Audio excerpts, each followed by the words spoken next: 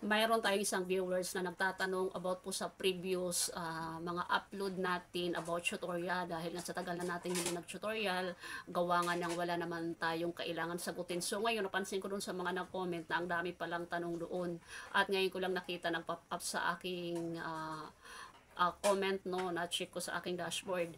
Meron isang viewers natin na nagtanong, sabi niya, ma'am, pwede ba patulong, ano kaya problema sa payout? Lagi lang process, di pa rin ma-paid bangko gamit ko. So, dahilan kung bakit process pa rin po yung earnings natin o yung sa payout natin, dahil hindi pa po natin napupuno yung $100.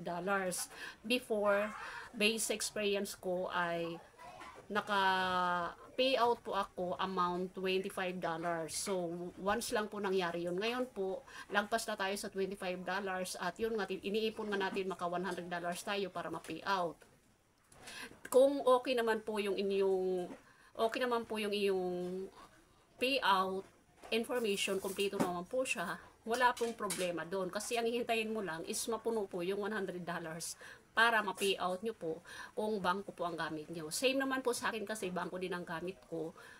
Ayun, nag-iipon pa rin talaga. So, medyo matagal talaga ang proseso sa ngayon, dahil mayroon din tayong mga kakilala na ang tagal na $100 na naipon, $100 na naipon niya pero hindi pa rin na-payout. So, maghihintay lang po kayo kung kailan ibibigay ni Nita sa inyo yung sweldo nyo. Hindi naman po sa ibig sabihin na hindi ibibigay.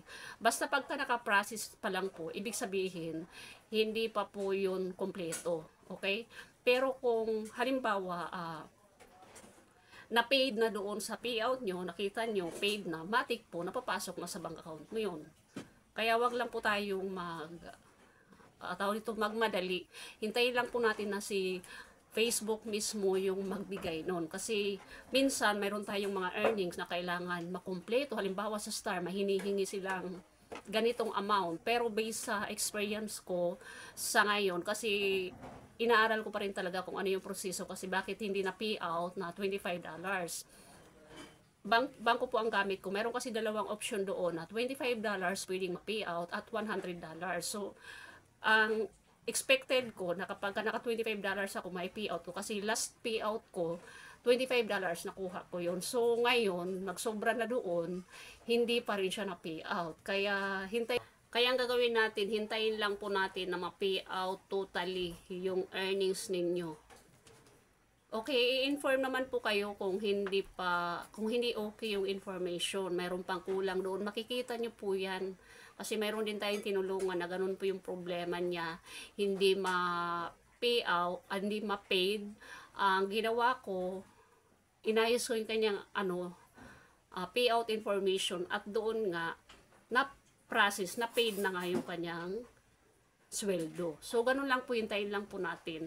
At ibibigay din yan sa inyo sa tamang oras at sa tamang panahon. Okay?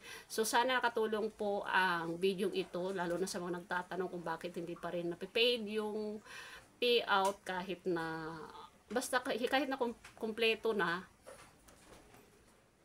Actually, kapag hindi pa kumpleto talaga $100, hindi talaga mapipayout sa ngayon. So, hindi ko lang alam yung iba kung nakaka-payout pa rin sila ng $25. Pero ako na-try ko yan guys once. Pero ngayon wala na. Okay? So, ayun lang guys. Maraming salamat po. At sa may mga katanungan, again, pwede pa rin po kayo magtanong. At syempre, sasagutin naman natin sa abot ng ating alam. So, yun lang guys. Maraming salamat. Thank you for watching.